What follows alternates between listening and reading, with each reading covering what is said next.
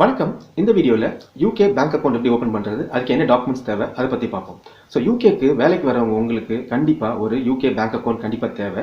ஏன்னா உங்கள் UK bank அக்கௌண்ட்டில் தான் வந்து உங்கள் சேலரியை போடுவாங்க. உங்கள் அந்த ஃபஸ்ட் மந்த் கட் ஆஃப், அதாவது ஒவ்வொரு ஃபைனான்ஸ் டிபார்ட்மெண்ட்டும் வந்து ஒரு டே வச்சுருப்பாங்க. அதுக்குள்ளே நீங்கள் அக்கௌண்ட் நம்பர் அப்டேட் பண்ணலன்னா உங்கள் பேரோல் டிபார்ட்மெண்ட்டுக்கு உங்களுக்கு சேலரி அந்த மாதம் போட மாட்டாங்க. ஸோ அது இல்லாமல் இங்கே வந்து உங்களுக்கு செக்காவோ இல்லை வந்து ஃப்ரெண்ட்ஸ் அக்கௌண்ட்லேயோ போட மாட்டாங்க. ஸோ அதனாலேயே நீங்கள் வந்து ஒரு 2 வீக்ஸ்லேயே நீங்கள் வந்து பேங்க் அக்கௌண்ட் ஓப்பன் பண்ணிடணும். இல்லை அட் த மோஸ்ட் நீங்கள் வந்து ஒரு மாதத்தில் உங்கள் யூகேல நீங்கள் ஒரு பேங்க் அக்கௌண்ட் ஓப்பன் பண்ணணும். அதுதான் உங்களுக்கு சேலரி அக்கௌண்ட் பாங்க. அதில் உங்களுக்கு சேலரி போடுவாங்க. ஸோ என்னென்ன டாக்குமெண்ட்ஸ் யூகேல வந்து பேங்க் அக்கௌண்ட் ஓப்பன் பண்ணுறது தேவை? கண்டிப்பாக ஐடி ப்ரூஃப் கேட்பாங்க. ஐடி ப்ரூஃப்க்கு நீங்கள் கொடுக்க வேண்டியது உங்கள் பாஸ்போர்ட். ஸோ அது இருந்தால் போதும். எந்த ஒரு ரெகனைஸ்ட் கண்ட்ரியோட பாஸ்போர்ட்டையும் ஏற்றுப்பாங்க. ஸோ அடுத்தது முக்கியமானது வந்து அட்ரஸ் ப்ரூஃப் கேட்பாங்க. எந்த அட்ரஸில் நீங்கள் இருக்கீங்க, உங்கள் பேரில் ஏதாச்சும் லெட்டர் இருக்கான்னு கேட்பாங்க. நீங்கள் இப்போ தான் வந்திருக்கீங்க, உங்கள் பேரில் எந்த லெட்டர் இருக்காது. அந்த லெட்டர் கூட எந்த லெட்டர்னா உங்கள் ஃப்ரெண்ட்ஸ் எழுத லெட்டரோ இல்லை மற்ற லெட்டர் கேட்க மாட்டாங்க. என்ன கேட்பாங்க, உங்கள் பேரில் உங்கள் அந்த அட்ரஸ்க்கு வந்திருக்கிற எலக்ட்ரிசிட்டி பில், வாட்டர் பில், இல்லை கேஸ் பில், இந்த மாதிரியான ஒரு யூட்டிலிட்டிஸ்மாங்க. இதோட பில்ஸ் கேட்பாங்க. இல்லை கவுன்சில் டேக்ஸ் நீங்கள் கட்டியிருந்தீங்கன்னா அந்த பில்லு கேட்பாங்க. அதில் உங்கள் பேர் இருக்கணும், அந்த அட்ரஸ் இருக்கணும். இதுதான் வந்து அட்ரஸ் ப்ரூஃப்க்கு ஒரு ஐடி டாக்குமெண்ட்டாக கேட்பாங்க. ஸோ நீங்கள் இப்போ தான் வந்திருக்கீங்க, உங்களுக்கு எதுவுமே இருக்காது. இந்த சுச்சுவேஷனில் என்ன பண்ணலாம் நீங்கன்னா, மோஸ்ட் ஆஃப் த டைம் நான் என்ன பண்ணியிருக்கேன்னா, உங்கள் கம்பெனி ஒர்க் பண்ணுற கம்பெனிக்கிட்ட போய் நீங்கள் வந்து ஹெச்ஆர் கிட்ட உங்கள் பேர் போட்டு, இவர் இந்த கம்பெனியில் இந்த டெசிக்னேஷனில் இருக்காரு, இவர் சேலரி வாங்குறாரு, இவர் இந்த அட்ரஸில் இப்போதைக்கு இருக்காரு. அது வந்து உங்கள் ஃப்ரெண்ட்ஸ் அட்ரஸ்டாக இருக்கலாம், உங்கள் டெம்பரரி அட்ரஸ்லாம் இருக்கலாம். ஆனால் உங்கள் ஹெச்ஆர் வந்து இல்லை உங்கள் கம்பெனி லெட்டர் ஹெட்டில் நீங்கள் அந்த லெட்டர் வாங்கிட்டு வந்தீங்கனாலே அதுவே உங்களுக்கு அக்கௌண்ட் ஓப்பன் பண்ணுறதுக்கு ஒரு அட்ரஸ் ப்ரூஃப் டாக்குமெண்ட்டாக இருக்கும்.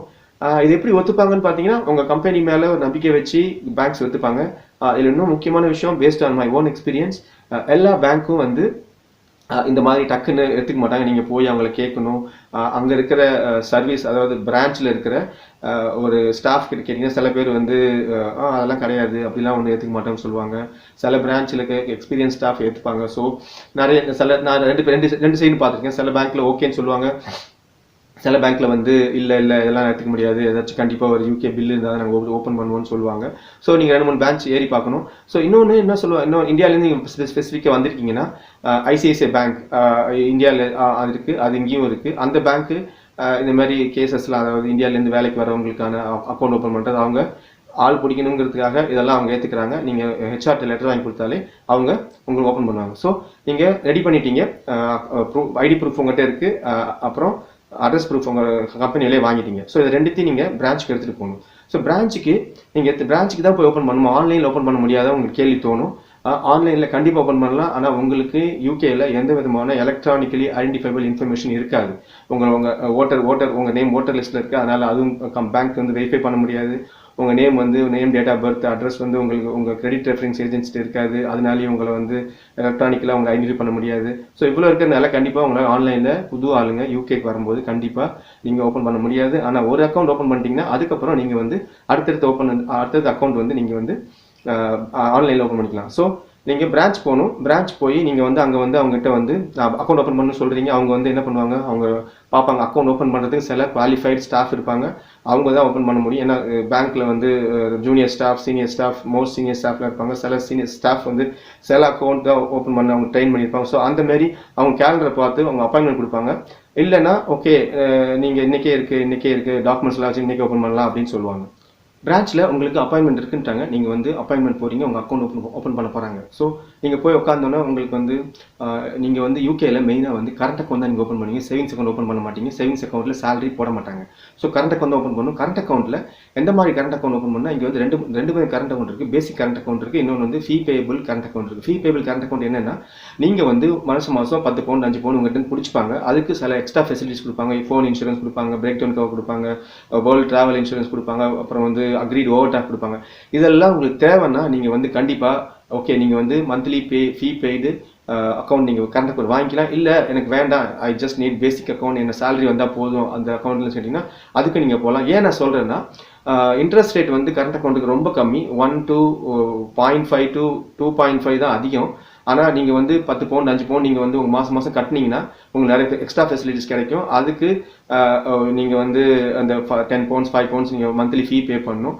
இல்லைன்னா நீங்கள் வந்து இன்னொரு கண்டிஷன் என்ன வச்சிருப்பாங்க, மாதம் மாதம் நீங்கள் வந்து 1000 பவுண்டு 1500 பவுண்ட் மினிமம் பேலன்ஸ் வைக்கணும், இல்லைன்னா ஏதாச்சும் பணம் உள்ளே வரணும் அப்படிம்பாங்க. கண்டிப்பாக உங்கள் சேலரி அக்கௌண்ட்டில் இருக்கிறதுனால கண்டிப்பாக உங்களுக்கு அந்த சேலரி வரும். ஸோ நீங்கள் பேஸ் கரண்ட் அக்கௌண்ட் ஓப்பன் பண்ணுறது தான் பெஸ்ட் ஆப்ஷன் ஃபஸ்ட்டு டைம் நீங்கள் அக்கௌண்ட் ஓப்பன் பண்ணும்போது. அதுவும் இல்லாமல் பேங்க் ஸ்டாஃப்ஸ் வந்து நிறைய ப்ராடக்ட் செல் பண்ண அவங்க வந்து ட்ரை பண்ணுவாங்க. சார் இதை வாங்கிக்கிங்க, உங்களுக்கு ப்ரொடெக்ஷன் கவர் கொடுக்குறோம், இதை வாங்கிட்டு யூஸ்ஃபுல்லாக இருக்கும். எதுக்கும் போகாதீங்க. ஃபர்ஸ்ட் அக்கௌண்ட் பேசிக் அக்கௌண்ட் ஓப்பன் பண்ணிங்க. பேசிக் கரண்ட் அக்கௌண்ட் உங்கள் சேலரி ஃபர்ஸ்ட் மாதம் சேலரி வரட்டும், அதை நீங்கள் ஓப்பன் பண்ணுங்கள். அதுவே உங்களுக்கு பின்னாடி போக போக நீங்கள் வந்து உங்கள் தேவைக்கு ஏற்ற மாதிரி நீங்கள் ஆட் ஆன் பண்ணிக்கலாம். அது பெரிய விஷயம் கிடையாது. ஸோ நீங்கள் பேசிக் கரண்ட் அக்கௌண்ட் ஓப்பன் பண்ணிங்க. பேசிக் கரண்ட் அக்கௌண்ட் ஓகே நீங்கள் சொல்லிட்டீங்க, எனக்கு பேசிக் கரண்ட் அக்கௌண்ட் தான் வேணும்னு சொல்லிட்டீங்க. அப்புறம் என்ன பண்ணுவாங்க, அவங்க வந்து உங்கள் டேட் ஆஃப் பர்த், உங்கள் ஃபர்ஸ்ட் நேம் சர்நேம்னா உங்கள் ஃபாதர் நேம், ஃபர்ஸ்ட் நேம்னா உங்களோட நேம். ஸோ இதுதான் இங்கே இருக்கிற டைப். அப்புறம் டேட் ஆஃப் பர்த். அப்புறம் உங்கள் அட்ரஸ் கேட்பாங்க. அட்ரஸ் வந்து நீங்கள் இந்தியா அட்ரஸ் தான் கொடுக்கலாம். அது இல்லாமல் உங்கள் லெட்டரில் இருக்கிற கம்பெனி கொடுத்த லெட்டரில் இருக்கிற அட்ரஸ் என்டர் பண்ணுவாங்க.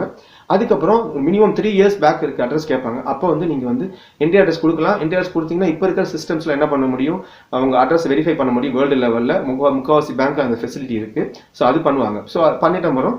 அதுக்கப்புறம் அடுத்த ஸ்டெப்பில் வந்து உங்களுக்கு வந்து உங்கள் ஐடி ப்ரூஃபையும் உங்கள் அட்ரஸ் ப்ரூஃபையும் காப்பி எடுத்துப்பாங்க.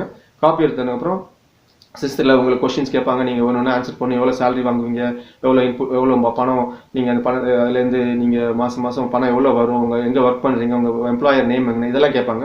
ஸோ இதெல்லாம் என்டர் பண்ணதுக்கப்புறம் சிஸ்டம் வந்து ப்ராசஸ் பண்ணி கிரெடிட் செக் போகும். கிரெடிட் செக்கில் கூட உங்களுக்கு வந்து கிரெடிட் செக் தாண்டாது, ஏன்னா அவங்க ரெக்கார்ட்ஸ் இல்லை. அவங்களே வந்து ஓவர் ரைட் பண்ணி உங்களுக்கு கொடுப்பாங்க. இப்போ நீங்கள் தான் இப்போ தான் ஃபஸ்ட் டைம் யூகே வந்திருக்கீங்க, அதனால் கிரெடிட் செக் தேவையில்லை, இட்ஸ் ஓகேன்னு சொல்லி அவங்க பண்ணுவாங்க, ஸ்டாஃப் பண்ணுவாங்க. அது வந்து ஒவ்வொரு பேங்க்குக்கும் ப்ராசஸ் இருக்குது.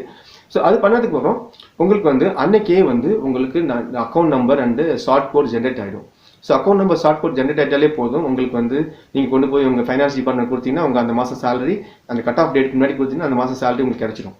ஸோ அக்கௌண்ட் ஜென்ரேட் ஆயிடுச்சு. அப்புறம் சில லெட்டர்ஸ்லாம் உங்கள் டேர்ம்ஸ் அண்ட் கண்டிஷன்ஸ்லாம் பிரிண்ட் பண்ணி சைன் பண்ண சொல்லுவாங்க. அந்த சிக்னேச்சர் தான் நீங்கள் வந்து பாஸ்போர்ட்லேயும் போட்டிருப்பீங்க. அந்த சிக்னேச்சர் யூஸ் பண்ணிக்கிங்க. பின்னாடி டெபிட் கார்டு வரும். ஒவ்வொரு கரண்ட் அக்கௌண்ட்டும் கண்டிப்பாக டெபிட் கார்டு இருக்கும். டெபிட் கார்டில் கான்டாக்ட்லெஸ் டெபிட் கார்டு தான் இப்போ நிறையா எல்லா பேங்க்கும் யூஸ் பண்ணுறாங்க, எல்லா பேங்க்கும் இஷ்யூ பண்ணுறாங்க. ஸோ உங்களுக்கு டெபிட் கார்டு வித்தின் 15 days இல்லை ஒரு 1 week டெபிட் கார்டு தனி போஸ்ட்லையும் அதுக்கான பின் நம்பர் தனி போஸ்ட்லையும் வரும். ஸோ உங்களுக்கு அக்கௌண்ட் நம்பர் ஜென்ரேட் ஆகிடுச்சு, ஷார்ட் கோட் ஜென்ரேட் ஆகிடுச்சு.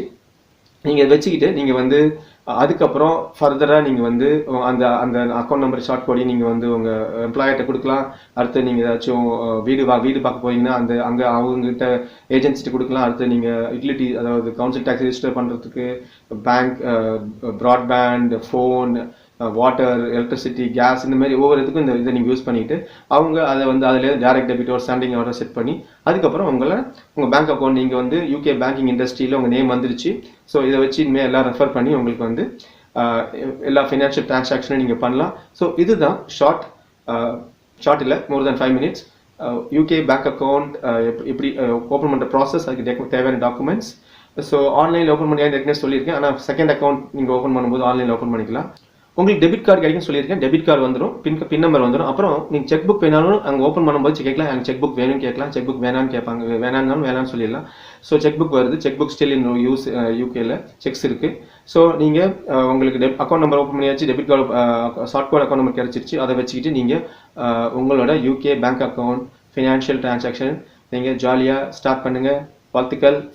வீடியோ பிடிச்சிருந்தா லைக் பண்ணுங்கள், கமெண்ட் பண்ணி ஷேர் பண்ணுங்கள், சேனல் சப்ஸ்கிரைப் பண்ணுங்கள். நன்றி, வணக்கம்.